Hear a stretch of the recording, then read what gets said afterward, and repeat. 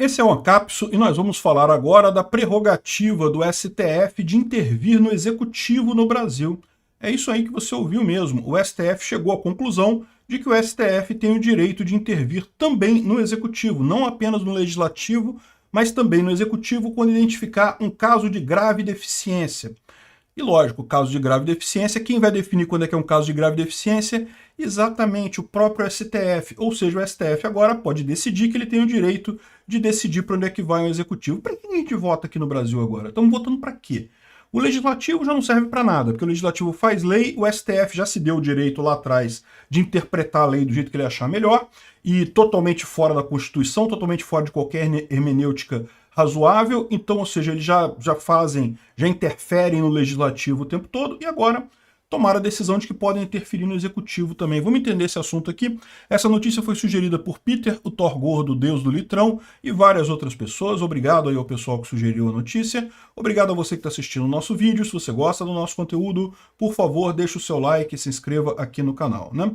Pois bem, eu alertei isso lá em 2011, quando o STF decidiu a questão do casamento homossexual. E eu falei isso na época. Eu sou plenamente a favor de casamento homossexual. Eu acho que as pessoas são livres para ser do jeito que forem e todo mundo tem o direito de casar com quem quiser e não tem esse negócio não casar, fazer trisal também, acho que é direito das pessoas. Se for de livre e espontânea vontade, entre pessoas maiores de idade, você faz o que você quiser da sua vida. Eu não tenho nada a ver com isso. Eu acho que o TSE estava certíssimo em dizer que união homoafetiva é válida.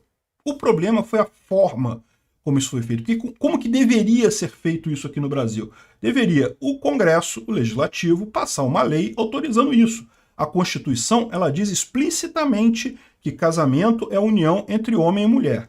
Você pode gostar da Constituição, você pode não gostar da Constituição, você pode achar que ela está certa, que ela está errada, mas ela é explícita nisso daqui. E aí tem gente que fala assim, mas a Constituição também diz que não há distinção entre homem e mulher. Então, se não há distinção entre homem e mulher, e é um casamento entre homem e mulher, esse foi, aliás, o argumento que o STF usou, então é a mesma coisa, pode casar homem com homem, mulher com mulher e coisa e tal. Só que tem um erro nessa história. Por quê? Toda a hermenêutica constitucional diz que a Constituição não tem palavras sobrando.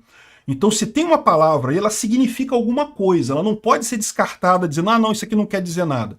É o caso clássico aqui. Você está dizendo, ele falou explicitamente homem e mulher na Constituição. Então isso não está sobrando. Você não pode dizer que, mas como as duas coisas são iguais, então não importa, pode ter o casamento homossexual. Então, assim, o que eu sempre fui favorável é o Congresso passar uma PEC, uma mudança constitucional, dizendo que, olha só, o casamento entre pessoas pode ser, o casamento é a união de duas ou mais pessoas. Pronto, acabou, não tem problema não. Pode ser quantas pessoas quiser, pode ser uma pessoa também, casar com você mesmo. Isso aí para mim, meu amigo, desde que seja tudo voluntário entre pessoas maiores de idade, faz o que você quiser. E eu critiquei muito isso na época. Na época eu nem era libertário ainda, tá? Mas eu já criticava, já falava nas redes sociais. E esse ponto é um ponto importante. Não é a questão em si. A questão em si eu concordo. Eu acho que casamento, tranquilo, qualquer pessoa.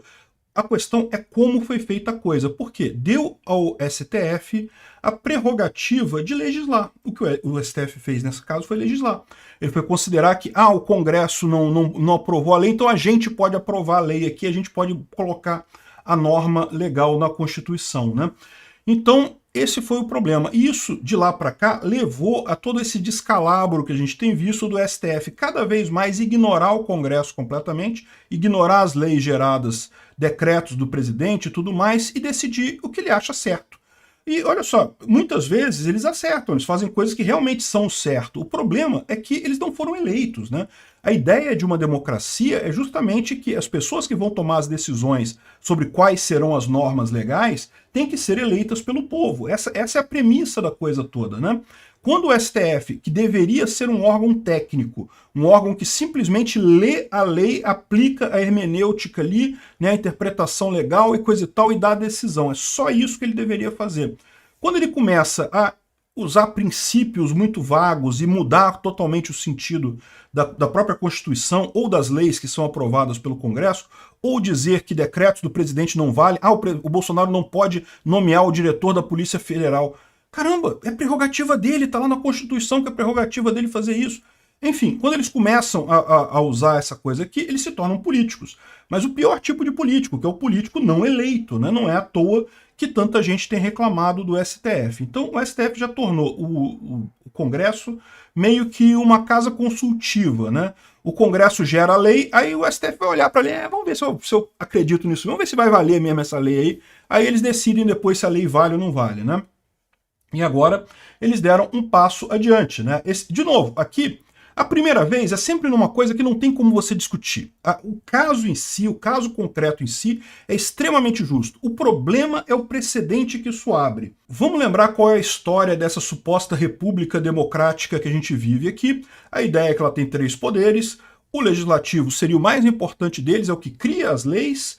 O judiciário, ele verifica se as leis estão sendo atendidas e o executivo, ele executa as leis. Então, o que for determinado pelo judiciário, o executivo faz de acordo com os orçamentos e coisa e tal, né? E o judiciário verifica isso tudo aqui, vê se está todo mundo seguindo as leis direitinho, né? Pois bem, o que aconteceu? O governo do Rio de Janeiro criou um hospital na região, mas não contratou gente para esse hospital, nem comprou material para esse hospital. Então o hospital, na verdade, não existe. Ele existe no papel, mas não existe na prática, né? Aí o Ministério Público aqui do Rio entrou com uma ação para obrigar o governo do Rio de Janeiro a equipar o hospital, botar o hospital para funcionar, né? E a justiça pode definir esse tipo de coisa, mas assim, na verdade, não deveria poder, né? Porque isso é uma prerrogativa do executivo. O executivo é que vai alocar os recursos do orçamento e coisa e tal, fazer licitação, esse tipo de coisa. Em tese, o judiciário não pode obrigar o executivo a fazer uma coisa, a menos que tivesse uma lei específica para isso, obrigando ele a fazer isso. O que tem apenas é uma falta de saúde de forma genérica aqui no Rio de Janeiro, né? Como em todo lugar do Brasil, como em todo lugar do mundo que tem saúde pública, a saúde pública é deficitária. Só que aí o Barroso falou que não, que, olha só, o STF pode, em situações excepcionais, quando comprovada a inércia ou morosidade do ente público, como medida assecuratória de direitos fundamentais, o STF pode obrigar o executivo a agir, a contratar uma OS, a contratar funcionário, a equipar um hospital. Ou seja, o que ele fez aqui foi determinar que o STF pode intervir no executivo. E isso é o mesmo tipo de interferência que ele já vinha fazendo lá atrás no legislativo.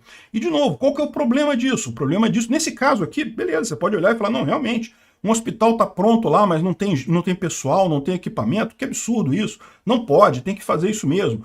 O caso pode até estar certo. O problema é justamente que o prefeito do Rio, bem ou mal, foi eleito, a gente votou ele lá. Se ele começar a fazer merda, gastar dinheiro demais, descumprir o orçamento, a gente não vota mais nele. Tomara que já nessa próxima eleição. Mas enfim, agora não. Agora o Barroso, né, Luiz Roberto Barroso, a gente não votou nele. E ele está determinando agora o que o prefeito tem que fazer, e o prefeito não tem alternativa, tem que fazer isso de qualquer jeito. Então, repara, é uma interferência no poder executivo. Isso pode, essa decisão aqui é só em caso excepcional, mas lembra, quem é que determinou que o caso é excepcional? Quem disse que é uma situação excepcional? Quem disse que está comprovada a inércia ou a morosidade do ente público? O próprio STF, ou seja, em última análise, foi o STF que decidiu que o STF pode mexer no executivo. Acabou, quebrou tudo. É a mesma coisa do legislativo lá. Essa história toda começou também com o STF, numa primeira vez que julgou a questão do casamento homoafetivo, foi anos antes, né, décadas antes, ele entendeu que era papel do Congresso fazer a coisa. Mas nesse último julgamento eles entenderam que não, peraí, mas o Congresso não fez nada, então no caso de inércia do Congresso, o Judiciário pode forçar a norma, né? E esse é o problema. Depois que o Judiciário começou com esse problema, lá em 2011, hein, lá atrás, hein, aí que começou cada vez mais, é por isso que você viu na época do governo Bolsonaro o STF decidindo, desdecidindo, o decreto de arma vale ou não vale, agora a lei do marco temporal que está para ser aprovada no Congresso, o STF depois vai dizer que se ela vale, se ela não vale, não sei o que lá. Olha só o ponto que se chegou, né? O STF era para ser um órgão técnico para ficar absolutamente restrito à interpretação da lei, mas depois que saiu da caixinha, meu amigo, depois que ele se deu o direito e a sociedade aceitou esse direito dele mexer nas normas da Constituição, acabou, não tem mais nada agora, né? Agora virou uma ditadura do judiciário. O pessoal lá, os 11 magníficos ali, que decidem o que eles querem fazer com o país. É extremamente preocupante isso, por quê? Eu não votei em nenhum deles. E aí, como é que fica isso?